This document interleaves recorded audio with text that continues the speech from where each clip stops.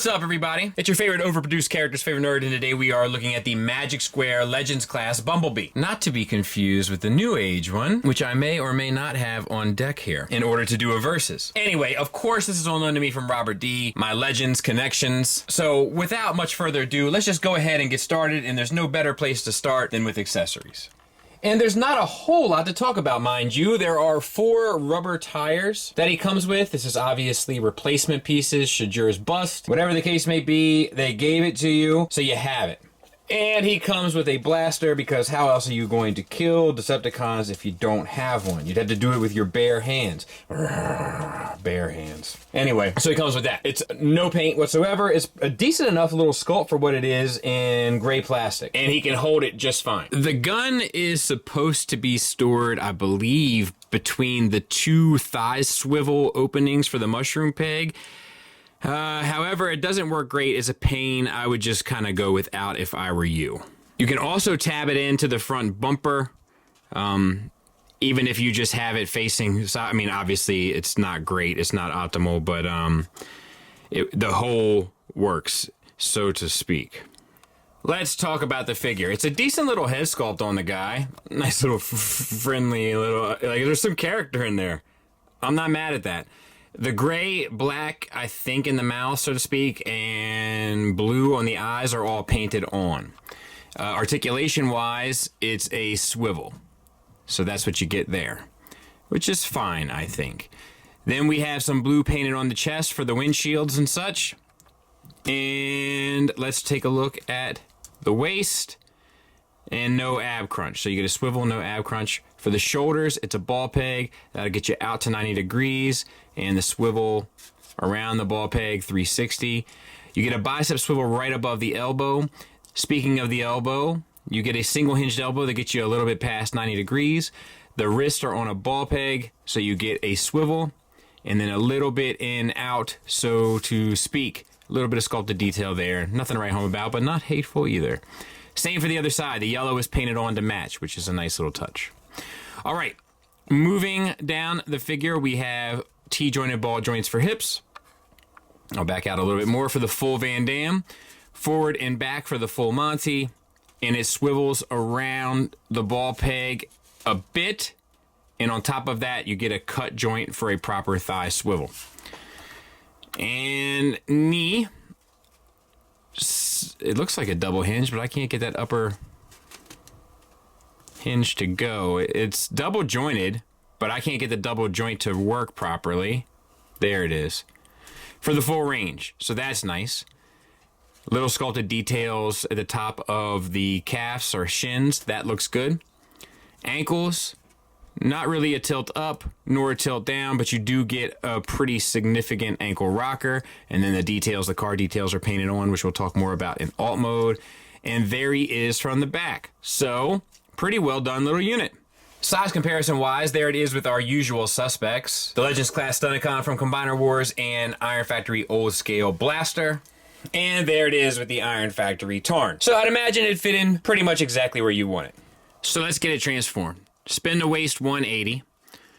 Open up these little compartments here on the back. Straighten them out. Flip the tire down. Same on this side. Spin out. Flip the tire down. And then rotate this down so that it, and actually there's a little piece here, a little gray piece, just collapse that. Rotate the foot down until this all lines up properly on the outside of the leg, which this one's giving me a little bit of issue, probably because this is not collapsed all the way. There. And then you can actually tab those together too, I believe, at this point, if you'd like. Then lift up the chest. Flip these, you're going to explode them now, so to speak. Flip out these tires. There's a little flat section here. Flip that towards the front. And then you got to get his arms sorted. So hinge to a ball peg. You want to bring the hinge in, and you want the ball peg facing out. But for the arm, the forearms, you want to rotate them so that the elbow is facing towards the middle and the hands are facing down, I believe. So same on this side. And then rotate there so that they're both somewhat straight. Get them as best you can. Bring this section down, and 2 tabs at the corners will tab in to the forearms. Where's one? There's the other. On the back side, make sure that his head is straight.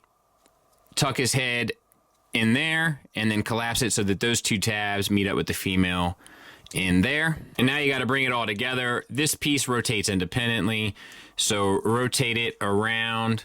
You may have to get around that fender there. And then the front hands go into those little cavities there on the...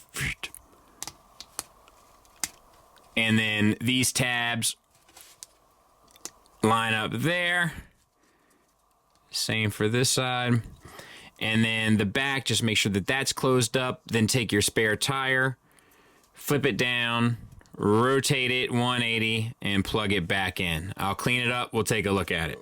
And there's the alt mode. And I think it looks pretty good. Rolls like a champ.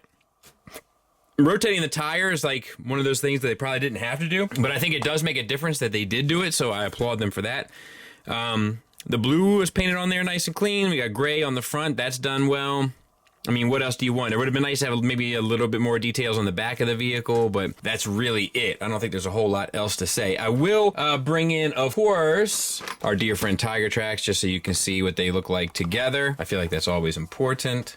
Final thoughts-wise, let's talk with the negatives. The weapon storage is frustrating and not entirely effective or efficient. Also, like, I know people love these, like, gummy plastic materials. I do not. It makes plugging all the pieces together a little bit more frustrating than it should be, especially when all of the pieces have to line up a particular way at the end, like this piece does, and a number of other pieces that they make do. But honestly, I mean, that's really it. There's not a whole lot to complain about here. I don't have any other Magic Square stuff to compare with this, really. However, I will say, I would imagine that there is somewhat of a scaling issue in alt mode. Possibly in robot mode 2. We'll get to that more with the verses, but it's something that's on my radar.